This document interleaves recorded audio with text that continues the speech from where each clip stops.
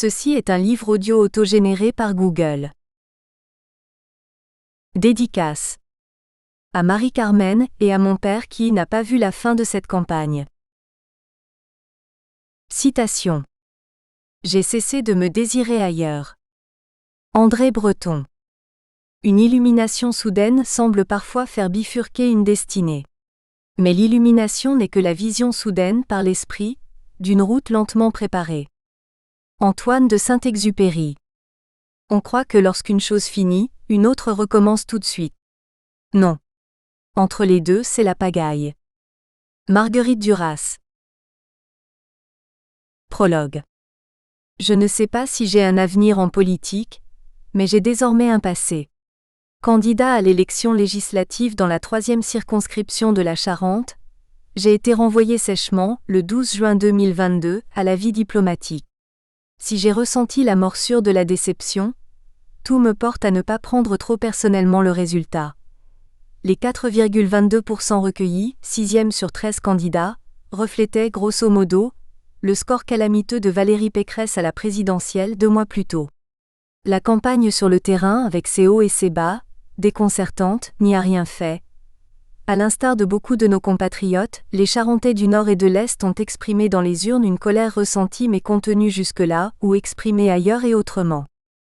Alors que ces terres sont traditionnellement ancrées à gauche, les électeurs se sont ainsi tournés vers les mouvements radicaux, encore plus à gauche ou à droite, les deux branches distinctes d'un même arbre populiste. Les autres, dans les zones plus urbaines, autour d'Angoulême ou de Cognac, dans la Charente riche, se sont regroupés bon gré mal gré, autour du président de la République à qui ils venaient en avril de renouveler leur confiance. Entre ces deux logiques qui s'affrontent, point de salut. Investis par les républicains, l'UDI et les centristes, insuffisamment connus et je m'en rendrai vite compte, mal préparés pour affronter la campagne, je suis resté largement invisible et inaudible. Malgré un enracinement ancien et une présence en qualité d'élu local, par ailleurs plutôt satisfaisante, mon village, Abzac, m'a placé en tête au soir du vote, ma campagne personnelle n'a pas imprimé. Le journal qui suit s'ouvre à Buenos Aires, dès 2018. Il relate sans phare, de manière parfois impudique, mon cheminement vers la candidature, les atermoiements sur le fond et les enthousiasmes, les réflexions entre le devoir de réserve qui s'impose à un haut fonctionnaire, la volonté de terminer au mieux une carrière professionnelle hors norme et l'envie sincère, profonde, de servir sur le terrain. Et il n'est pas facile ce terrain. La 3e circo de la Charente, coincée entre Limousin et Saintonge, tiraillée entre Poitou et Aquitaine, la Charente rouge, donc enclavée, se sent négligée. Vieillissante, la population s'arrime doucement au Rassemblement national. L'indéboulonnable sortant, Jérôme Lambert, dit Vert gauche, était candidat à son 8e mandat. Dieu sait si j'ai fréquenté des parlementaires, qui visitent volontiers les ambassades. Nomade professionnel, j'ai toujours été fasciné par leur enracinement, leur lien étroit avec leurs mandants mais aussi avec le territoire dont ils sont les porte-étendards. Souvent ils m'ont impressionné, parfois ils m'ont déçu. Si celui-ci peut être député, je pourrais l'être aisément, me disais-je. Sans doute. Et sans doute pas. Car même pour être un mauvais député, il faut être élu et donc savoir sceller un contrat avec une majorité en la convainquant que l'on sera à la hauteur de la tâche, de la confiance placée en soi. Je n'ai pas su franchir cette étape, ni créer ce lien originel. Au-delà des tendances profondes qui font l'élection, a fortiori depuis que les législatives coïncident avec la présidentielle et il s'agit bien d'une élection nationale, il y a cette alchimie particulière qui opère et convertit l'un des candidats en élu. Elle n'a pas fonctionné pour moi.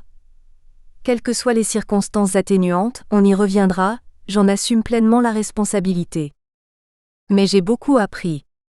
Et j'ai éprouvé énormément de plaisir, ainsi que je l'espérais, au fil de cette campagne dont je rêvais depuis longtemps, lors des rencontres avec les citoyens et leurs attentes, voire leurs revendications, dans la proximité avec la circonscription qui se révèle et se fait désirer, dans la fièvre des derniers jours et dans le processus de réflexion personnelle qui transcende le gloubi-boulga des promesses électorales prémâchées des états-majors parisiens.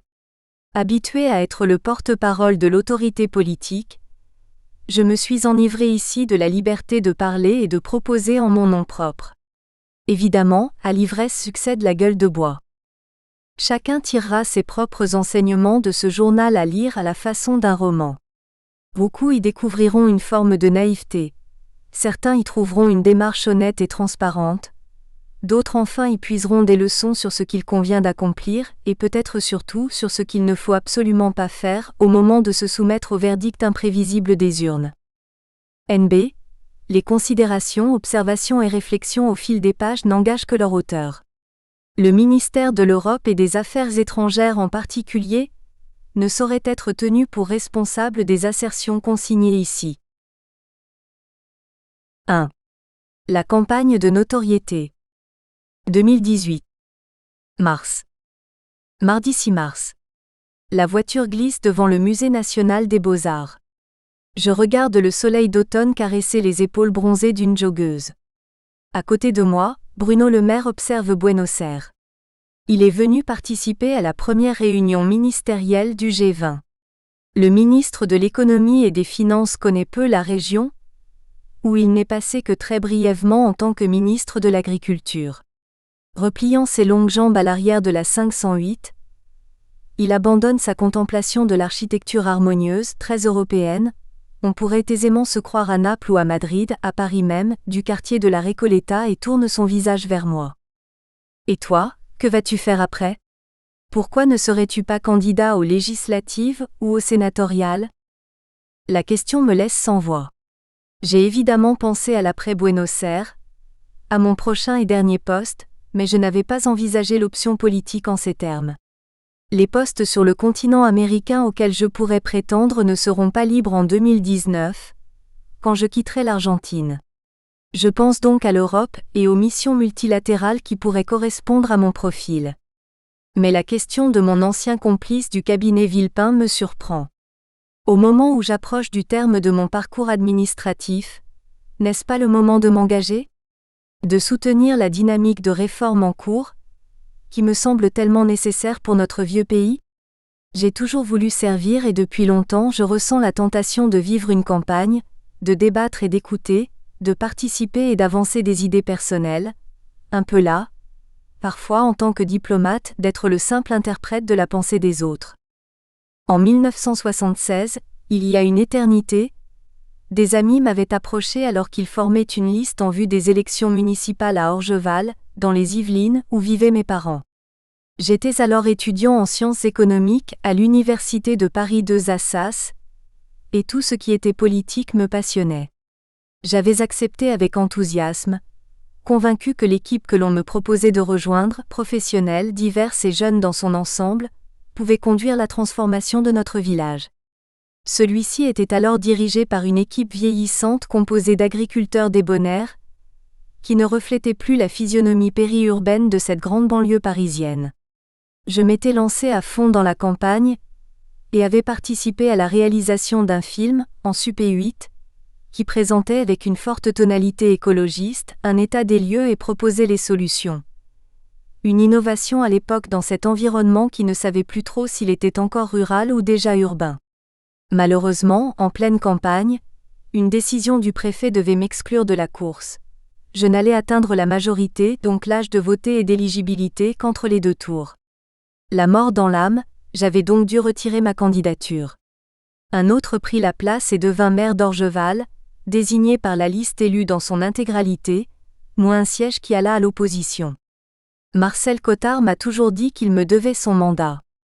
Bien sûr, je n'abandonnai pas mes amis et je fis la campagne jusqu'au dernier jour. Ma position me permit d'ailleurs de poser des questions embarrassantes ou désagréables aux autres candidats lors des manifestations publiques, évitant à ma liste de donner le sentiment de faire une sale campagne. Que du bonheur. Dimanche 25 mars. J'écris à Bruno Le Maire et je lui envoie, ainsi qu'il me l'a demandé, mes vignettes métropolitaines. J'ajoute: je te confirme, suite à notre conversation, que j'explore sérieusement la possibilité d'être candidat à la candidature pour la sénatoriale 2020 en Charente. Je t'en reparlerai lors de ta prochaine visite. J'ai réfléchi en effet, et j'ai regardé le calendrier électoral, très incertain au demeurant, le président de la République étant désireux, et il a raison, de conduire une réforme profonde de nos institutions. Il souhaite notamment réduire le nombre d'élus. Or, personne ne sait encore quand cette réforme interviendra et quels en seront les effets. En principe, La prochaine élection législative aura lieu en 2022, et quel que soit alors le bilan du gouvernement, enregistrera forcément un recul de la majorité présidentielle par rapport à 2017, à minima en raison de l'usure du pouvoir. La prochaine sénatoriale, qu'elle mène à l'élection d'un ou de 2 sénateurs en Charente, mon département, se tiendra en 2020, un an après la fin de ma mission en Argentine. Cette échéance serait, vue de si loin, celle qui correspondrait le mieux à mon parcours personnel et à mes aspirations. Dans la foulée, j'écris à mon ami Gérard Askinazi. Gérard est un professionnel de l'événementiel politique. Nous nous sommes croisés pendant la préparation de la conférence de 2015 sur le climat, la COP21, dont j'étais le secrétaire général. Même si certains lui prêtent une réputation un peu sulfureuse, il a organisé des événements pour Nicolas Sarkozy et François Hollande. J'aime ses analyses, son humour suave et nous avons lié une amitié qui perdure. Quelques années plus tard, de manière informelle, Gérard avait sollicité mon avis sur une campagne confiée à son agence, et j'avoue que j'avais pris du plaisir à être associé même de loin à ce travail de conseil. Cher Gérard, le temps passe vite, et je suis aujourd'hui à mi-parcours de ma mission à Buenos Aires. Tout indique que je quitterai ce poste à l'été 2019, quelques mois après le sommet du G20 auquel participera Emmanuel Macron. Cet échéancier me convient parfaitement. Sauf accident, aucun des postes susceptibles de m'intéresser ne sera disponible à cette époque. J'envisage donc de rentrer en Europe ou à Paris, afin de prendre un dernier poste pour une durée de 3 à 4 ans. Un tel mouvement aurait le mérite de me permettre de préparer mon avenir en France, que je souhaite actif. L'une des options auxquelles je réfléchis est celle d'être candidat à la candidature pour la sénatoriale 2020 en Charente. D'abord, il y a longtemps que je souhaite m'engager dans un mandat politique afin de prolonger mon action et ma réflexion, à ce stade cantonné à l'international. Ma participation à la COP21 constitue à cet égard un bel échauffement, à mi-chemin entre diplomatie et politique. J'y ai acquis une légitimité et des contacts. Ensuite, je suis convaincu que le monde est entré de plain pied dans une période aiguë de mutation. Je l'observe tous les jours et je pense que je suis en mesure d'apporter à notre pays, au niveau local, une vision différente compte tenu de mon expérience internationale, d'une énergie américaine, think out of the box, et d'une philosophie politique en phase avec le gouvernement actuel.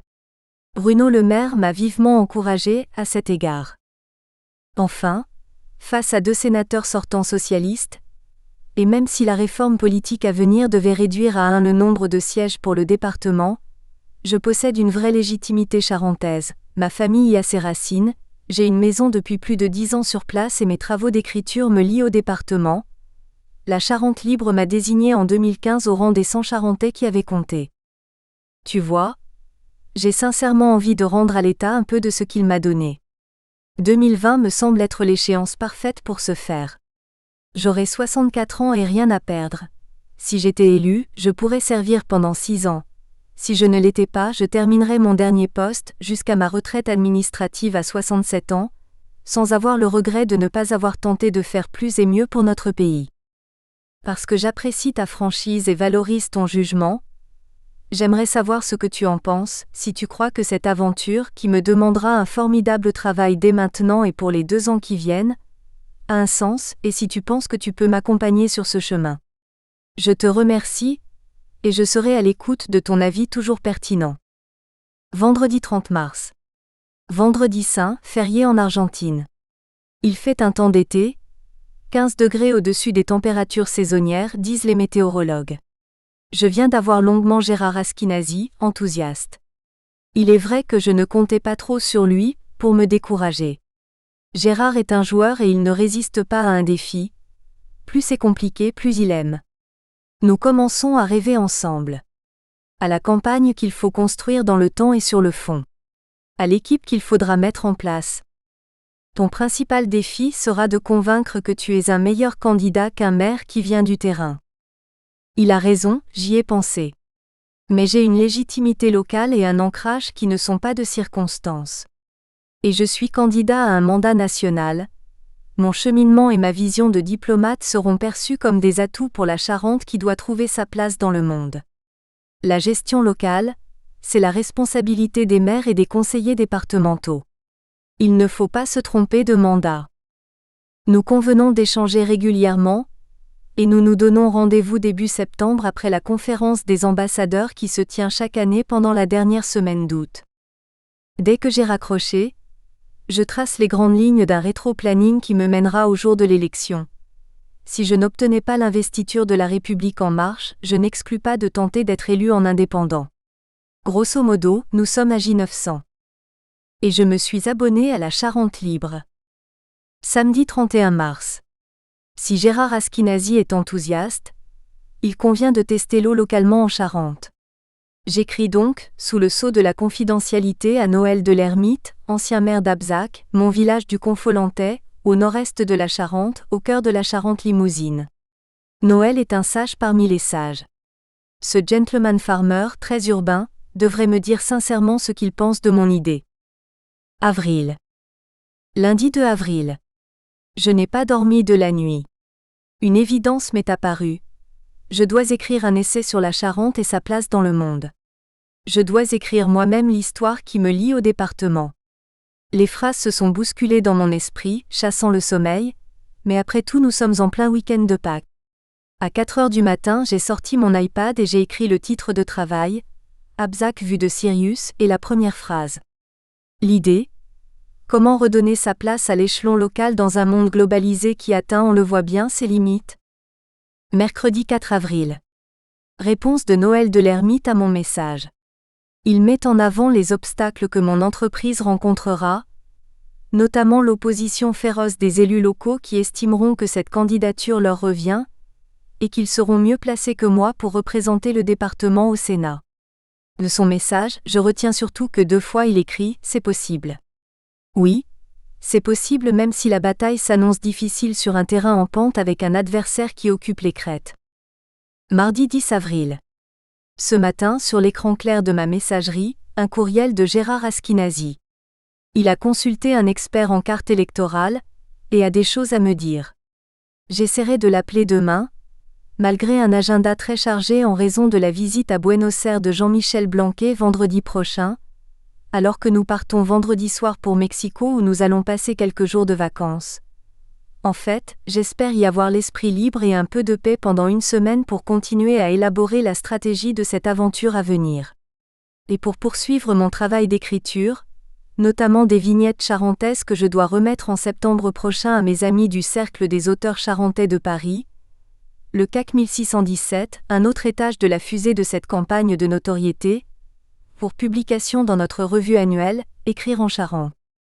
Ce soir, j'envoie à Gérard le modèle de la lettre que j'envisage d'adresser à l'ensemble des grands élus de la Charente, afin de signaler à leur attention mon engagement charentais malgré la distance, d'une part, et leur proposer, d'autre part, de réfléchir à ce que pourrait être la coopération décentralisée entre notre département et les collectivités territoriales argentines. Honnêtement, c'est un peu un prétexte, mais je dois les approcher, les connaître et me faire connaître. Jeudi 12 avril. Nouvel échange avec Gérard qui a réfléchi à mon projet, et qui a consulté autour de lui. Ce que je retiens, écrit-il, de ce que j'ai appris ou réappris, mais que tu sais déjà mieux que moi, et que cette élection repose sur une série de négociations à tout niveau et de préférence, se gagne à partir d'un mandat local que tu pourras avoir au municipal de 2020. Cette phrase me laisse songeur. Je n'avais pas cette dimension à l'esprit, elle est pourtant essentielle. Vendredi 13 avril. De passage à Buenos Aires dans le cadre du G20, le ministre de l'Éducation nationale, Jean-Michel Blanquer, est reçu par le président de la nation argentine, Mauricio Macri. Le président souhaite connaître les ambitions de la réforme en cours en France dont il entend beaucoup parler. Jean-Michel, que je connais depuis longtemps, fascine les Argentins. Il est un observateur reconnu de l'Amérique latine, il a été président de l'Institut des hautes études de l'Amérique latine et parle un excellent espagnol. Sa conversation avec Mauricio Macri illustre tout l'intérêt que l'étranger porte à l'expérience en cours en France. Les médias ne s'y trompent pas et l'agence InfoBAE, de même que le quotidien Clarín, publie de longues interviews qui rentrent dans le détail de la réforme. Dans la voiture, entre la résidence présidentielle et l'aéroport, Jean-Michel Blanquer tout comme Bruno Le Maire, m'encouragent à me lancer dans cette campagne sénatoriale. Il m'assure de tout son soutien. Mais jeudi 5 mai. Hier soir, j'ai envoyé des lettres à Thomas Mesnier et Sandra Marceau, les 2 députés En Marche de Charente. Pour établir le contact, un peu sous un faux prétexte. Préparer les assises de la coopération décentralisée franco-argentine. Je serais sincèrement heureux que nous puissions identifier un projet régional ou départemental qui permette d'enrichir la relation entre les 2 pays. La coopération décentralisée est, à cet égard, un instrument puissant qui rapproche les gens et qui permet, dans certains cas, de créer de vraies dynamiques. 2 villes universitaires dans 2 pays différents, par exemple, peuvent créer des synergies entre les pôles éducatifs, mais aussi ouvrir des débouchés à des entreprises qui s'inscrivent dans la même démarche. J'ai aussi écrit à Jérôme Lambert, le député multirécidiviste d'Hiver Gauche, dissident du PS, neveu de François Mitterrand, que j'ai croisé lui aussi lorsque j'étais secrétaire général de la COP 21 et qui s'est toujours bien gardé de me donner son appui bien qu'il m'ait identifié comme charentais et que lors de la COP 19, à Varsovie, il m'ait promis un soutien qui devait être entier.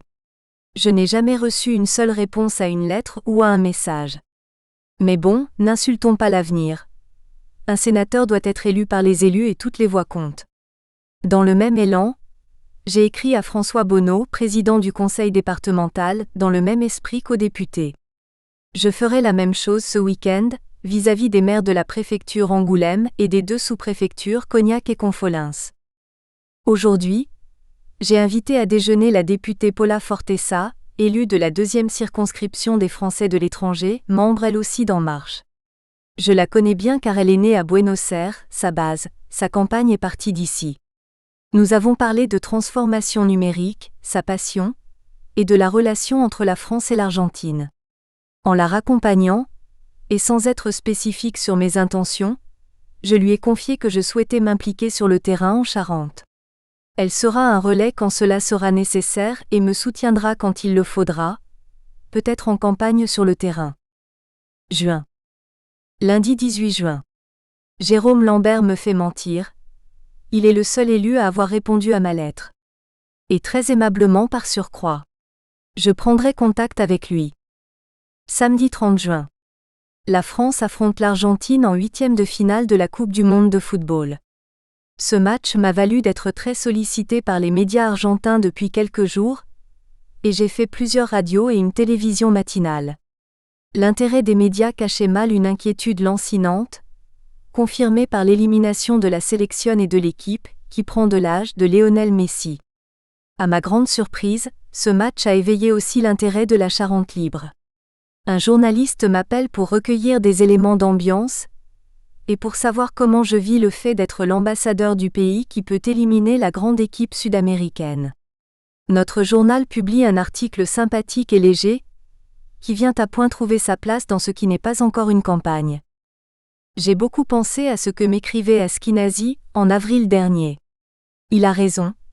Il est nécessaire de partir du terrain. Je ne suis pas à ce stade, désireux de contester la légitimité du maire d'Abzac, Jean-Claude Buisson, que j'estime et qui est sérieux. Je n'ai donc pas l'intention de l'affronter. C'est pourquoi, initialement, la remarque de Gérard m'a gêné. Mais je suis arrivé à la conclusion que la légitimité venait de l'élection, et non du mandat. Le maire étant élu par le conseil municipal, il est important que je sois candidat à la prochaine élection, en 2020. Les fonctions que j'occuperai encore à l'époque, justifiant que je ne sois pas candidat à la mairie. L'objectif est clair. Être candidat à l'élection municipale et porté par un mandat de conseiller, voire d'adjoint au maire, mettre en avant la légitimité de cette élection pour en faire le tremplin de la sénatoriale. Et puis j'entends beaucoup d'échos selon lesquels l'élection pour le Sénat serait repoussée à 2021, en raison toujours du retard pris par le projet de réforme institutionnelle. L'étape municipale 2020 devient donc incontournable. Dans moins de 2 ans. Juillet. Jeudi 12 juillet. Pan sur le bec. J'ai été mauvaise langue. Je reçois des lettres très aimables du député Thomas Mesnier et du président du conseil départemental, François Bonneau, qui m'ont répondu dès le 6 juin dernier. Mais la poste argentine a pris son temps pour acheminer leurs lettres. Contact établi donc. Lundi 16 juillet. Depuis hier, l'équipe de France est championne du monde. Nous avons vécu un moment de joie et de célébration. L'amphithéâtre de l'Alliance française, où nous avons suivi le match, était au bord de l'explosion. Une amie avait apporté une copie de la coupe, dénichée dans un magasin en ville, et j'ai pu la brandir dès le coup de sifflet final, une jolie photo qui m'a valu un franc succès sur les réseaux sociaux. J'ai passé la journée à donner des interviews. La victoire de l'équipe de France fait couler beaucoup d'encre. Y compris de la mauvaise encre. Dès ce matin, des commentaires fielleux sont apparus sur l'équipe, sa diversité, une équipe importée d'Afrique, pour reprendre les termes d'un journaliste. Je fais tout ce que je peux pour dissiper cela et rétablir la réalité en mettant en valeur la fierté qu'inspire la sélection, d'une part, et la réalité des choses, d'autre part.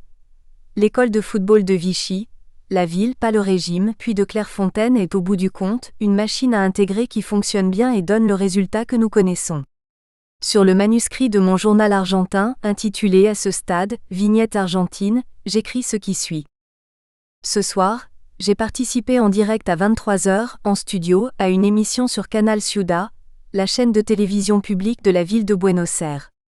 Agacé par une présentation complaisante du chroniqueur qui avait sorti une carte de l'Afrique pour illustrer le fait que les joueurs venaient de là-bas, j'ai engagé mon intervention, après quelques mots de célébration, en disant « Je n'aime pas votre façon de présenter les choses, qui est celle de l'extrême droite française. La Constitution et la loi française ne font pas de distinction entre un Français et un autre Français. Maintenant, permettez-moi de vous parler de l'École nationale du football français. » Et j'ajoute, par surcroît, notre pays ne va pas chercher ses joueurs ailleurs, au contraire, il en exporte. Plusieurs jeunes Français, qui ont par ailleurs conservé des liens avec le pays d'origine de leur famille, jouent actuellement dans des équipes nationales étrangères, par exemple celles du Maroc ou du Sénégal. Je crois que le message a été reçu. Dimanche 29 juillet. La fête de la Coupe du Monde aura été de courte durée. L'affaire Benalla, que l'on aura probablement oublié dans quelques semaines, est venue jeter une ombre sur la victoire bleue. Probablement une affaire qui n'en est pas une, mais mal gérée par le pouvoir, et usée jusqu'à la corde par une opposition qui manque singulièrement de munitions.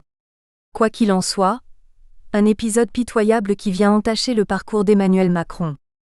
Espérons que cette tempête dans un verre d'eau, le terme est du président, lui servira d'enseignement et dans sa communication et dans sa façon de gérer son équipe. Mais en attendant, cette affaire de cornecule, il n'y a pas d'autre mot, a sérieusement bouleversé l'agenda politique, et l'examen du projet de réforme constitutionnelle, annoncé par le président de la République devant le Parlement réuni en congrès à Versailles, est repoussé à la rentrée. Ce n'est pas sans conséquence pour moi car tant qu'elle n'est pas adoptée, et dans quels termes ? Mon échéancier de campagne n'est pas stabilisé. À suivre. Lu dans La Nation aujourd'hui, la politique moderne c'est de la gestion et du spectacle. Un équilibre entre ce que l'on réalise et ce que l'on montre. Août. Vendredi 2 août. Je reçois aussi une lettre de Sandra Marceau, députée de la Charente, qui m'invite à prendre contact avec elle. Tout va bien. Mardi 14 août. Arrivé à Abzac hier, nous participons à l'ouverture du festival de folklore de Confolens. Depuis notre séjour au Panama, 2007 à 2009, où le folklore est un art vivant, ce qui m'avait alors conduit à prendre contact avec l'équipe du festival, nous sommes conviés année après année même si nous sommes rarement présents. Je croise Jérôme Lambert, notre député à qui j'avais écrit au printemps dernier. Il m'interroge sur la perception de la France en Argentine, qui est excellente depuis l'élection d'Emmanuel Macron. Je lui fais remarquer que sa page Facebook donne une image décalée par rapport à la vision que l'on a de notre pays au-delà de nos frontières. Ne vous y fiez pas, me dit-il, les gens sont très mécontents. Les fortes attentes créées, justement par l'élection de 2017, nourrissent des déceptions à la hauteur de ce que les gens espéraient. Ce regard ne me surprend pas. Mais je sens bien que Jérôme Lambert, en rupture avec le Parti socialiste sans avoir rejoint la dynamique de la nouvelle majorité, il me semble plus proche de la France insoumise, surfe opportunément sur ce mécontentement et l'entretient, ce qui revient à souffler sur la braise. C'est une stratégie comme une autre, certes, mais je ne la trouve pas constructive. Si j'ai un jour le privilège d'être élu, j'espère que je saurai rester fidèle à ma vision du monde et à mes valeurs tout en me tenant à l'écoute des préoccupations des gens, plutôt que de plaquer mon discours sur le leur, ce qui est le propre du populisme. N'est-ce pas là l'équation savante de la représentation populaire ? Proposer un cap, s'adapter ensuite à la réalité, aux faits et à l'actualité, et être sensible aux inquiétudes des gens sans pour autant varier au gré des vents conjoncturels. L'élu national n'est pas un simple porte-voix. Il est forcément un relais car en contact régulier avec celles et ceux qui lui ont confié son mandat. Pourtant, sa responsabilité première est de conduire les affaires de la cité en fonction d'un projet qui a suscité l'adhésion populaire, s'inscrivant forcément dans la durée, qui ne peut pas être remisé à la première bourrasque. Gouverner exige de la constance. Le mandat de l'élu est le produit d'un contrat avec ses électeurs sur un projet. L'élu doit être jugé au terme de ce mandat par ces mêmes électeurs. Entre-temps, il doit être attentif aux évolutions de l'électorat, bien sûr, tout en continuant à montrer le chemin. L'élu est sans doute guidé par les électeurs. Il doit aussi être un accompagnateur pour eux car la relation de pouvoir ne doit pas être unilatérale. Gare à la tyrannie des sondages, à celle du bouche à oreille de bistrot ou des réseaux sociaux, ce sont sensiblement les mêmes. Vendredi 17 août. La Charente Libre publie un papier court, sympathique, titré Le sourire de l'ambassadeur, et signé par François Goubeau, le correspondant du quotidien en Charente-Limousine. Nous nous sommes rencontrés hier, à sa demande, et il m'a posé des questions sur la vie de diplomate, ma vision du monde et mes projets après Buenos Aires. Prudent, j'ai répondu que je souhaitais me rapprocher du département, peut-être par le travail associatif. La politique ? Je n'écarte rien, ai-je éludé. J'ai parlé de la prochaine sortie du tome 3 d'Écrire en Charente, et de l'essai sur lequel je travaille. Nous resterons en contact. Ce clin d'œil dans le journal, à l'occasion du festival, tombe à pic. Jeudi 23 août. Aujourd'hui, parution d'un article plus roboratif, presque une pleine page, toujours signé par François Goubeau et suite à notre entretien il y a quelques jours. Cette fois, l'article est moins lié au festival de Confolens. Il se termine sur mon retour en France à plus ou moins brève échéance, et l'inscrit dans la vie associative ou politique. Bien vu. Septembre. Samedi 1er septembre. Soirée délicieuse. Je l'apprécie d'autant plus que la conférence annuelle des ambassadeurs s'est terminée hier soir, et qu'elle a été extrêmement pesante. Rythme soutenu, horaire très long et contexte budgétaire tendu. Nous dînons avec Gérard Askinazi et son épouse, Françoise. Entre la poire et le fromage, nous parlons de notre future campagne. Gérard est bluffé par les articles de la Charente Libre. Il y voit un vrai coup d'envoi de notre opération. Soudain, Marie-Carmen, ma femme, intervient dans la conversation. Je ne veux pas de cette campagne. Je suis d'autant plus surpris que nous en avons parlé et que je me suis engagé auprès d'elle. Si l'un des deux postes diplomatiques qui m'intéressent en Amérique se libérait, je privilégierais cette piste. Mais je connais suffisamment mon administration pour savoir que ce ne sera pas le cas, et c'est pourquoi je suis déterminée à m'engager en Charente. Marie-Carmen le sait, et elle me soutiendra dans une campagne pour le Sénat à condition que les options diplomatiques aient été écartées. C'est un pacte entre nous. Je suis embarrassée qu'elle le dise ainsi devant Gérard. Pensant que l'adhésion de ma femme était acquise, celui-ci reste interloqué. Un ange passe. Mardi 4 septembre. Dans l'avion qui nous a ramenés à Buenos Aires, cette nuit, j'ai retrouvé la directrice générale de l'UNESCO. Audrey Azoulay, ancienne ministre de la Culture, est venue il y a un an en Argentine dans le cadre de sa campagne pour la direction de l'organisation internationale. Elle a séjourné 2 jours à la maison, nous avons longuement parlé et nous avons, je crois, sympathisé. Depuis, nous avons échangé quelques messages mais je n'ai pas voulu abuser de sa gentillesse, et je ne l'ai pas sollicitée ou contactée. Elle vient en Argentine dans le cadre du G20. Quelques heures après l'atterrissage, nous nous retrouvons à un déjeuner organisé par un ami, le recteur Aníbal Josami.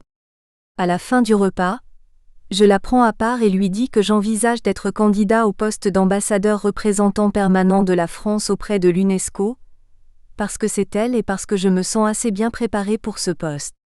Je n'ajoute pas qu'il me rapprocherait opportunément de la Charente. Son visage s'éclaire. Ce serait formidable. Voulez-vous que j'en parle au ministre? Au président? Je sens que son aide peut être déterminante. Je lui dis que nous allons attendre que les postes 2019 soient ouverts, et que je l'informerai. Ce sera en octobre, probablement. Le plus vite sera le mieux, dit-elle. On verra. Vendredi 21 septembre. La liste des postes diplomatiques qui seront disponibles en 2019 est sortie aujourd'hui. Mon objectif, je l'ai dit, est de me rapprocher de la France pour préparer ma candidature et entrer en campagne. Ainsi que je l'avais prévu, aucun des 2 postes américains qui justifieraient que je renonce à mon projet, ne serait-ce que parce que je m'y suis engagée auprès de ma femme, n'est ouvert. La voie est libre pour engager la manœuvre de rapprochement du territoire national. Je dois répondre avant le 19 octobre. Samedi 22 septembre. Je parle longuement de mon projet électoral à mon amie Béatrice Istam, qui se trouve de passage à Buenos Aires dans le cadre de la préparation du G20. Elle fait partie d'un groupe de jeunes entrepreneurs qui réfléchissent sur l'état du monde et alimentent les responsables politiques de leurs réflexions. Elle répond avec enthousiasme parce que c'est une amie, mais aussi parce que nous avons travaillé ensemble sur la COP 21 et qu'elle connaît ma détermination.